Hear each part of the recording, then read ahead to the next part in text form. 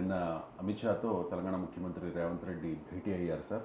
నక్సలైట్లతో అంతిమ యుద్ధం చేస్తూ ఉన్నాము, నక్సలైట్ల ఏరువేతల్లో తెలంగాణ ఆంధ్రప్రదేశ్ సంపూర్ణ సహకారం కావాలి అంటూ కూడా అమిత్ షా అడిగిన పరిస్థితి. సో 2026 మార్చి నాటికి నక్సలిజాన్ని మొత్తం నిర్మూలిస్తాము అని చెప్పి ఇద్దరు కమెంట్ చేశారు సార్. సో ప్రభుత్వం దాడి పెరిగింది. రీసెంట్గా కూడా ఛత్తీస్గఢ్లో జరిగిన ఒక ఎన్కౌంటర్లో మావోలు పెద్ద సంఖ్యలో ప్రాణాలు కోల్పోయిన పరిస్థితి. సో మావోయిస్టులు తమ విధానాల్ని మార్చుకోవాల్సిన సమయం ఆసన్నమైందా? అంటే ఇటీవల కాలంలో ప్రభుత్వ నిర్బంధం భారీ ఎత్తున పెరిగిన మాట నిజం. పెద్ద ఎత్తున ఈవెన్ సదర్న్ ఛత్తీస్గఢ్లోని మావోయిస్టుల బలమైన స్థావరాలని కూడా భద్రతా బలగాలు ఛేదించగలుగుతున్నాయి. తాజాగా 36 మంది, మీరు ప్రస్తావించినట్టు 36 మెంబర్స్ చనిపోయారు. సో ఒక పెద్ద ఎత్తున సరెండర్లు అవుతున్నారు, చనిపోతున్నారు. కొత్త రిక్రూట్మెంట్ లేదు. మావోయిస్ట్ పార్టీ డాక్యుమెంట్లు అడపాదడపా పోలీస్ రైడ్స్లో లీక్ బయటపడుతుంటే వాటిని మనం మీడియాలో చదువుతూ ఉంటాం. వాళ్ళు కూడా ఎక్నాలెడ్జ్ చేస్తున్నారు, మాకు కొత్తగా క్యాడర్ రావడం లేదు, అర్బన్ సెంటర్స్లో గతంలో లాగా సపోర్ట్ లేదు. సో ఈ గతంలో లాగా రిక్రూట్మెంట్ చేసుకోలేకపోతున్నాం, క్యాడర్ను ప్రజా సంఘాలు పనిచేయలేకపోతున్నాయి. ఇవన్నీ మావోయిస్ట్ పార్టీ తన డాక్యుమెంట్లో అంగీకరిస్తున్నట్లు కూడా మనకు మీడియాలో లీక్ అవుతున్న డాక్యుమెంట్లో చూస్తే అర్థమవుతుంది. కానీ అదే సమయంలో ఇప్పటికీ కూడా సాయుధ పోరాట పంతాన్ని మేము వీడము, సాయుధ పోరాటం ద్వారా మాత్రమే రాజ్యాధికారం సిద్ధిపడుతుంది అని నమ్ముతున్నారు. సమస్య ఏంటంటే ప్రపంచంలో మారిన పరిస్థితుల్ని మావోయిస్ట్ పార్టీ అర్థం చేసుకోలేకపోతుంది అనేది ఒక ప్రశ్న. ఇప్పుడు ఇన్ని వందల మంది చనిపోతున్నారు, అల్టిమేట్గా ఎక్కడికి వెళ్తుంది? ప్రపంచ అనుభవాలు ఏంటి? ఇప్పుడు మనకు ప్రపంచంలో వామపక్ష తీవ్రవాదం అనేక దేశాల్లో ఉండే, మీకు పెరూలో షైనింగ్ పాత్ అని, అలాగే మీకు నేపాల్లో మావోయిస్టులు చాలా కాలం పాటు సాయుధ పోరాటం చేసి అడవులలో పరిమితమై వాళ్ళు జనజీవన స్రవంతికి రాచరికానికి వ్యతిరేకంగా జరిగిన పోరాటంలో మిళితమై నేపాల్లో అధికారంలోకి రాగలిగారు. మీకు ఇటీవల శ్రీలంకలో రోహణ విజయవీర నాయకత్వంలోని ఏర్పడిన జనతా విముక్తి పెరుమన, ఇవాళ అనురగ్ కుమార్ దిశనాయకే నాయకత్వంలో దేశ అధ్యక్షుడే కాగలిగాడు. ఇదే సంస్థ 1971లో 1980sలో 2 సార్లు సాయుధ పోరాటానికి పిలిపించిన సంస్థలు. సో అందువల్ల నేపాల్లో మావోయిస్టు నాయకుడు ప్రైమ్ మినిస్టర్ కాగలిగాడు. అలాగే శ్రీలంకలో వామపక్ష అతివాద నేపథ్యం ఉన్న జనతా విముక్తి పెరుమన నాయకుడు గతంలో సాయుధ పోరాటాలు చేసి వేల సంఖ్యలో మరణించినటువంటి కార్యకర్తలు ఉన్న పార్టీ అది. ఆ పార్టీ ఇవాళ 3% నుంచి 3% ఓటింగ్ 2019లో వస్తే 2024లో 42% ఓటింగ్ తెచ్చుకోగలిగింది. సో మీకు సాంప్రదాయ పార్టీలైనటువంటి united nationalist party, Sri Lanka freedom పార్టీలను అడ్రస్ లేకుండా చేసి జనతా విముక్తి పెరుమన నాయకత్వంలోని నేషనల్ పీపుల్స్ పవర్ కోయలిషను శ్రీలంకలో ప్రెసిడెంట్ కాగలిగాడు. అలాగే మీకు ఇలా అనేక దేశాల్లో ప్రపంచంలో, లాటిన్ అమెరికాలో, ఆఫ్రికాలో, ఆసియా ఖండంలో ఇలా సాయుధ తిరుగుబాటు ద్వారా సమాజాన్ని మారుస్తాము అని మొదలై చివరకు వాళ్ళు కాలగర్భంలోనైనా కలిసిపోయారు, జనజీవన స్రవంతిలోకి వచ్చైనా మారిపోయారు. కానీ భారతదేశంలో అతిపెద్ద మావోయిస్ట్ నక్సలైట్ పార్టీగా ఉన్న మావోయిస్ట్ పార్టీ అంటే సిపిఐఎం పీపుల్స్ వార్ గ్రూప్, అలాగే మావోయిస్ట్ కోఆర్డినేషన్ సెంటర్, ఈ 2 పార్టీలు కలిసి సిపిఐ మావోయిస్ట్గా ఏర్పడి ఇప్పటికీ కూడా ఇంకా సాయుధ తిరుగుబాటు పంతాలు ఉన్నాయి. ఇప్పటికీ మీకు బీహార్లో సిపిఐఎంఎల్ లిబరేషన్ పార్లమెంటుకు కూడా ఎన్నికయ్యారు, అసెంబ్లీలో కూడా రిప్రజెంటేషన్ ఉంది. సో అక్కడ ఈవెన్ మీకు మెయిన్ స్ట్రీమ్ లెఫ్ట్ పార్టీస్ ఉన్న సిపిఐ సిపిఐఎం కన్నా కూడా బీహార్లో సిపిఐఎంఎల్ బలమైనటువంటి పార్టీ. మీకు కోalition మహాగఠబంధన్లో ఒక కీలకమైన పాత్రధారిగా ఉండగలుగుతున్న బీజేపీ వ్యతిరేక కంబైన్లో. అలాగే మీకు మనకు తెలంగాణలో కూడా సిపిఐఎంఎల్ ప్రజాపంత, సిపిఐఎంఎల్ జనశక్తి గతంలో మీకు అసెంబ్లీలో రిప్రజెంట్ చేసినటువంటి ఉదాహరణలు కూడా ఉన్నాయి. కానీ మావోయిస్ట్ పార్టీ మాత్రం ఇప్పటికీ తాను మొదట్లో 1960sలో చార్ మజుందార్ నాయకత్వంలో సాయుధ పోరాటం ద్వారా మాత్రమే ఇండివిజువల్ హనీలేషన్, వ్యక్తిగత హింసావాదం ద్వారానే తుపాకీ కొట్టడం ద్వారానే రాజ్యాధికారం వస్తుంది అన్న సైద్ధాంతిక ఎత్తుగడల పంతాకు కట్టుబడి ఉన్నారు. కానీ ఈ 60 ఏళ్ల కాలంలో ప్రపంచంలో భారత సమాజ గమనంలో ప్రభుత్వాల రాజ్య వ్యవస్థల బలాబలాల్లో గణనీయమైన మార్పు వచ్చింది. ఈ వాస్తవాన్ని మావోయిస్టు గుర్తించగలిగారు. రాజ్యం ఎప్పుడు కూడా అణచివేయాలని చూస్తుంది. నిన్న అమిత్ షా ముఖ్యమంత్రుల సమావేశం పెట్టారు. వామపక్ష తీవ్రవాద ప్రభావిత రాష్ట్రాల ముఖ్యమంత్రుల సమావేశాలు కూడా ఆల్అవుట్ వార్ మొదలైంది. 2026 వరకు మేము లేకుండా చేస్తాం, ఇండియాలో మావోయిస్టు ప్రభావం లేకుండా చేస్తాం.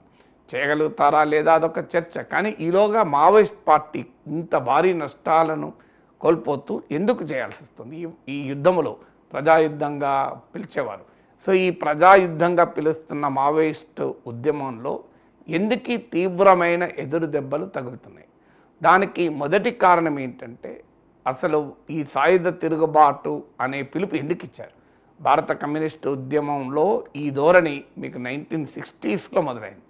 సో సాయుధ తిరుగుబాటు ద్వారా ఈ రాజ్యాన్ని తొలగించగలం, ఈ రాజ్యాన్ని అంతం చేయగలం అనే నమ్మకానికి మూలం ఏంటంటే, రాజ్యము రాజ్య వ్యవస్థ యొక్క వర్గ స్వభావం ఏంటి అనే అంశంలో ప్రధానంగా కమ్యూనిస్టు ఉద్యమంలో ఒక చీలిక వచ్చింది. ఇప్పుడు మావోయిస్టులుగా నక్సలైట్లుగా పిలువబడే వారు చెప్పింది ఏంటంటే, ఈ అప్పుడు 3 రకాల ఆలోచన సరళులు భారత కమ్యూనిస్టు ఉద్యమంలో వచ్చాయి. మొదటిది, భారతదేశ రాజ్య వ్యవస్థ పాలక వర్గాలకు ప్రోగ్రెసివ్ స్వభావం ఉంది, ప్రగతిశీల స్వభావం ఉంది అనేది ఒక వర్గం. ఇంకో రెండో వర్గం కాదు, దీనికి దోపిడీ స్వభావం ఉంది, కానీ సమాజంలో బలమైన పునాది ఈ పాలక వర్గానికి ఉంది అనేది రెండవ వాదన. ఇప్పుడు సిపిఐఎంగా చెప్పే పార్టీ రెండవ వాదన, సిపిఐగా చెప్పింది మొదటి వాదన. మూడో వాదన ఏంటంటే, అసలు రాజ్య వ్యవస్థ, అసలు ఇక్కడి పాలక వర్గాలకు ఉనికి లేదు, వారికి సామాజిక పునాది లేదు, ఇది కేవలము దళారీలు మాత్రమే, సామ్రాజ్యవాదానికి దళారీలు, కాంప్రడార్ అంటారు. సో మీకు మొదటి సిపిఐ సిపిఎం ఆలోచన సరళి దాదాపు ఒకే రకంగా మారిపోయాయి. కాలానుగుణంగా రెండు పార్టీలు ఆలోచన సరళిలో దాదాపు ఐక్యత వచ్చింది. కానీ నక్సలైట్ పార్టీగా, ముఖ్యంగా మావోయిస్టు పార్టీగా ఈ పాలక వర్గాల క్యారెక్టరైజేషన్ అంటే, సమాజంలో పునాది ఉండిన పాలక వర్గమా, ఎలాంటి సామాజిక పునాది లేని పాలక వర్గమా? సాధారణంగా ఇప్పుడు మీరు ఈ బాటిల్ అనుకోండి, ఇది బరువుగా ఉంది, చాలా బరువుగా ఉంది అన్నప్పుడు నేను ఒక్కరిని దీనిపైన పెట్టను. సో ఆ నలుగురిని పిలిచి అందరం కలిసి దీన్ని లేపుతాం. కానీ ఎప్పుడైతే ఇది చాలా లైట్, ఇది ఇలా అంటే వెళ్ళిపోతుంది అనుకున్నప్పుడు ఏమవుతుంది అంటే, నేను ఒక్కరిని ఇలా అనేస్తాను. సో పాలక వర్గానికి బలమైన సామాజిక పునాది లేదు, ఇది కేవలం దళారీలుగా పనిచేస్తుంది సామ్రాజ్యవాదానికి అనే ఒక ఆలోచన సరళి వల్ల ఈ సాయుధ పోరాటం ద్వారా ఇక్కడ రాజ్య వ్యవస్థను కూల్చవచ్చు అనే ఒక నమ్మకానికి వచ్చి ఈ సాయుధ పోరాటం మొదలుపెట్టారు. కానీ ఇన్నేళ్ళ అనుభవం చెప్పింది ఏంటి? వాస్తవం కాదు. భారత పాలక వర్గాలకు బలమైన సామాజిక పునాది ఉంది. ఇవాళ ఇన్ని కోట్ల మంది ప్రజలు పాలక పార్టీల వెనకాల ఉన్నారు. సో మావోయిస్టుల వెనకాల లేరు, ప్రజలు పాలక పార్టీల వెనకాల ఉన్నారు. సో అందువల్ల కారణాలు ఏదైనా దేశ ప్రజానీకంలో పెద్ద బలమైన పునాది కలిగిన పాలక వర్గాన్ని సాయుధ పోరాటం ద్వారా తొలగించలేవు అనే వాస్తవాన్ని మావోయిస్ట్ పార్టీ గుర్తించలేకపోతుంది. ఇప్పుడు మీకు శ్రీలంకలో జనతా విముక్తి పెరమన ఇలాగే విప్లవ పోరాటం అంటూ సాయుధ పోరాటానికి పిలిపించి వేల సంఖ్యలో 2 సార్లు సాయుధ పోరాటాలు చనిపోయారు. కానీ ఈ తర్వాత ఏం చేశారు వాళ్ళు?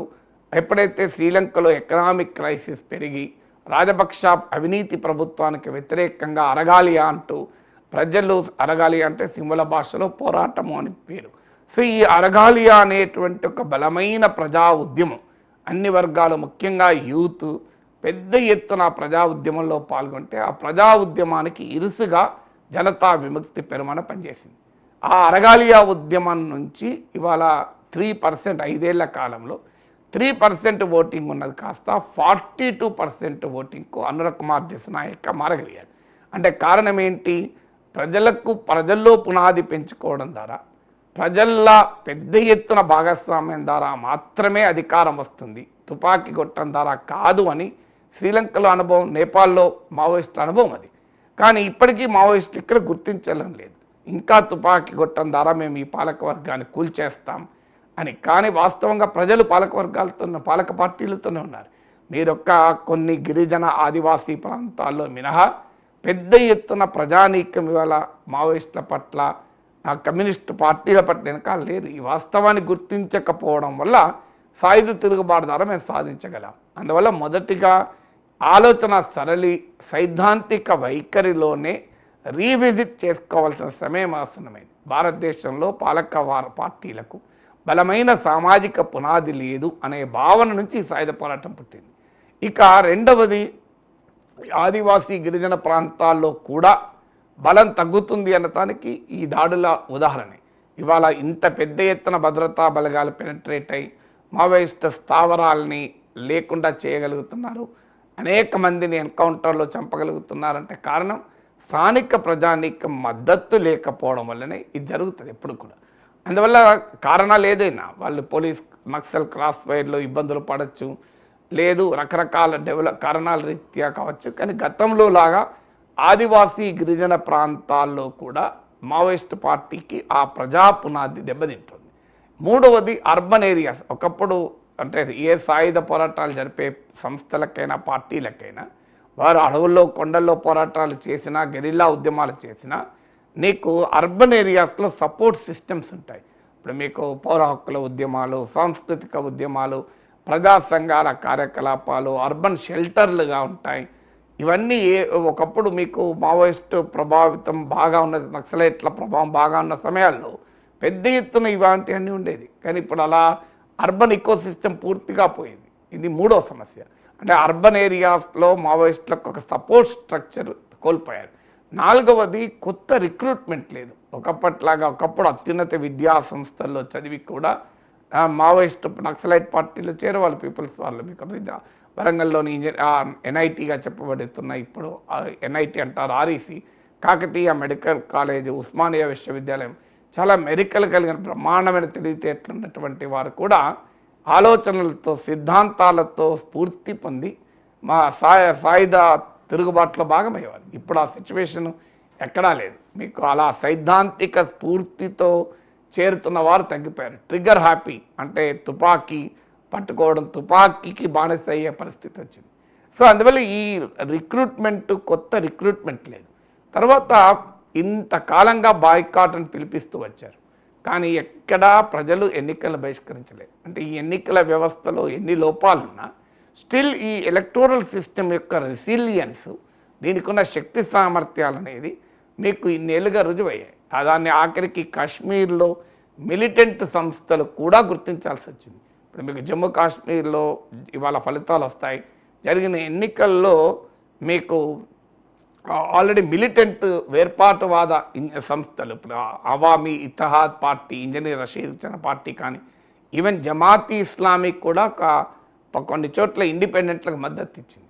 సో ఇవన్నీ గతంలో వేర్పాటువాదం తుపాకులు పట్టుకొని భారతదేశ రాజ్య వ్యవస్థ పైన, భారత ప్రభుత్వం పైన తిరుగుబాటు చేసినాయి. కానీ ఆ జమాత్ ఇస్లామీ లాంటి నిషేధిత పార్టీలు కూడా ఇవాళ ఎన్నికల ప్రక్రియలో భాగమై ఇండిపెండెంట్లకు మద్దతు ఇచ్చినటువంటి పరిస్థితి. అందువల్ల భారతదేశ ఎన్నికల వ్యవస్థలో అనేక లోపాలు ఉన్నప్పటికీ ఇప్పటికీ అవకాశాలు ఉన్నాయి. భారత ప్రజాస్వామ్యం ఇవరికి కూడా అవకాశం ఇస్తుంది. దీని లోపాలు ఉన్నా కూడా అనే వాస్తవాన్ని కూడా మావోయిస్టులు గుర్తించగలగాలి. లేకపోతే ఇలా ఇంకా అనేక మంది పిట్టల్లాగా రాలిపోతూ ఉంటారు. త్యాగాలు చేయడము గొప్పతనమే కావచ్చు, కానీ ఆ త్యాగాలకు అర్థం ఉండాలి కదా.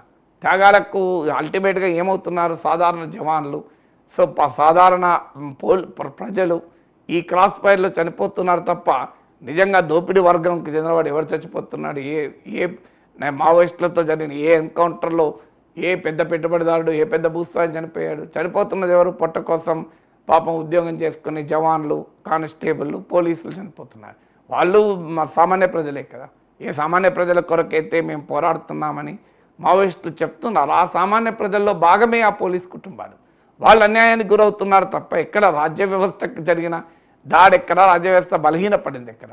అందువల్ల ఒకప్పట్లాగా మీకు శ్రీలంకలో ఎల్టీటీ చూసాం, నేపాల్లో మావోయిస్టు పార్టీ చూసాం.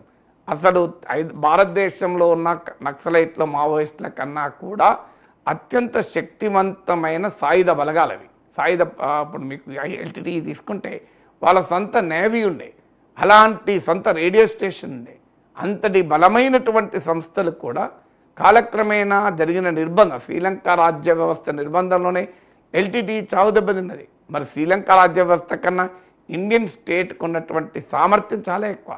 ఈ వాస్తవం అంటే బలాబలాల్లో ఉన్నటువంటి తేడాను గుర్తించలేకపోతున్నారు. అసలు మార్క్సిస్ట్ మహోపాధ్యాయులు కూడా చెప్పారు. ఈవెన్ మీకు Frederick Engels Karl Marx introduction to class struggles in France అనే పుస్తకంలో చాలా క్లియర్ చెప్తారు. ఎన్నికల ప్రక్రియ ద్వారా మన వైఖరి ఏంటి, పాలక వర్గాల వైఖరి ఏంటి అనేది ప్రజలకు చెప్పచ్చు. ప్రజలకు మనకు దూరం ఎంత ఉందో అర్థం చేసుకోవడానికి ఉపయోగపడుతుంది అన్నాడు. అలాంటిది మావోయిస్టులు మేము ఎన్నికలనే బహిష్కరిస్తాం, ఈ బూటకపు ఎన్నికలు అంటూ ఇన్నేళ్లుగా పిలిపిస్తున్నారు.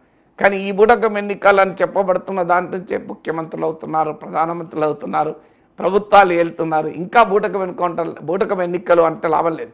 ఎన్నికల్లో అనేక లోపాలు ఉండొచ్చు, డబ్బు ప్రభావం ఉండొచ్చు, రకరకాల ప్రభావాలు ఉండొచ్చు. కానీ ఎన్నికలు బూటకం కాదు. ఎన్నికలు జరుగుతున్నాయి, వాస్తవంగా ప్రజలు తీర్పు చెప్తున్నారు. బూటకం అని ఎలా అంటాం? ప్రజలు వెళ్ళి కోట్లాది 96 కోట్ల ఓటర్లు, 60-70 కోట్ల ఓటర్లు వెళ్ళి ఓటేస్తుంటే ఆ ఎన్నికల బూటకం అని నేను భ్రమపడతాను అంటే ఎలా సాధ్యమవుతుంది?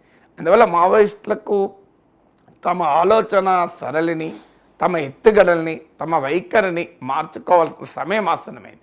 ఒకప్పటిలాగా సమాజం కూడా లేదు. ఎకానమిజం పెరిగింది, పోస్ట్ లిబరలైజేషన్ సోషాలజీ అంటారు. 1991 తర్వాత ఎకనామిక్ రిఫార్మ్స్ వచ్చాక, ప్రపంచీకరణ ప్రభావం వచ్చాక సమాజంలో ఒకప్పటిలాగా ఆదర్శాలు, ఆశయాలు, ఉదాత్తమైనటువంటి భావాల కొరకు ఆకర్షితులయ్యేటువంటి పరిస్థితి లేదు. ఇవాళ ఉన్న సమాజం యొక్క స్వభావాన్ని అర్థం చేసుకొని సమాజ చైతన్య స్థాయిని బట్టి నీ నినాదం ఉండాలి. లెనినే చెప్తాడు, విప్లవ పోరాటం, విప్లవం అనేది ఫ్యాషన్ కాదు, ప్రజల చైతన్య స్థాయిని బట్టి నినాదం ఉండాలి అని చెప్తారు. ప్రజల చైతన్య స్థాయి వాళ్ళ ఏంటి అనేది ఆలోచించకుండా ప్రజలు సాయుధులై రాజ్య వ్యవస్థ పైన జనకర జనారే అంటూ తిరుగుబాటు చేసే పరిస్థితుల్లో సమాజం ఉందా? సో అందువల్ల ఈ ఆలోచన, ఈ సమాజంలో ఉన్నటువంటి పరిస్థితులపైన సమగ్రమైన అంచనా లేకుండా ఈ రకమైన సాయుధ ప్రాంతాల్లోనే పోతే ఇంకా నష్టపోయే ప్రమాదమే ఉంటుంది. అందువల్ల బహుశా అంటే ఇప్పుడు నేను చెప్పితే మారుతారా, కానీ నా ఆవేదన ఏంటంటే ఇది ఇప్పటికైనా మావోయిస్టు పార్టీ పునరాలోచన చేసుకుని ప్రజాస్రవంతిలోకి వచ్చి, మేము ప్రజాస్రవంతిలో లేమా అని అనొచ్చు వారు, కానీ అటవీ ప్రాంతంలో, ఆదివాసీ ప్రాంతాల్లో పరిమితమై బలమైన భారత రాజ్య వ్యవస్థను కూల్చడం అనేది సాధ్యం కాదు. కోట్లాది మంది ప్రజల్ని ఆర్గనైజ్ చేయడం వల్ల మాత్రమే సాధ్యమవుతుంది. అందువల్ల ఇప్పటికైనా వారు సిపిఐ, ఎంఎల్ లిబరేషన్ ఇలాంటి అనేక నక్సలైట్ పార్టీలు ఈ వాస్తవాన్ని గ్రహించి సాయుధ పంతాను వీడి రాజకీయాల్లోకి, ప్రధాన శ్రమంతిలోకి వచ్చారు.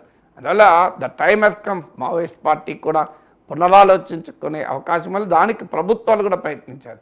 మేము తుపాకీ ద్వారానే మావోయిస్టులను అంతం చేస్తామనుకుంటే 60 ఏళ్ళుగా ఎందుకు అంతం కాలేదు?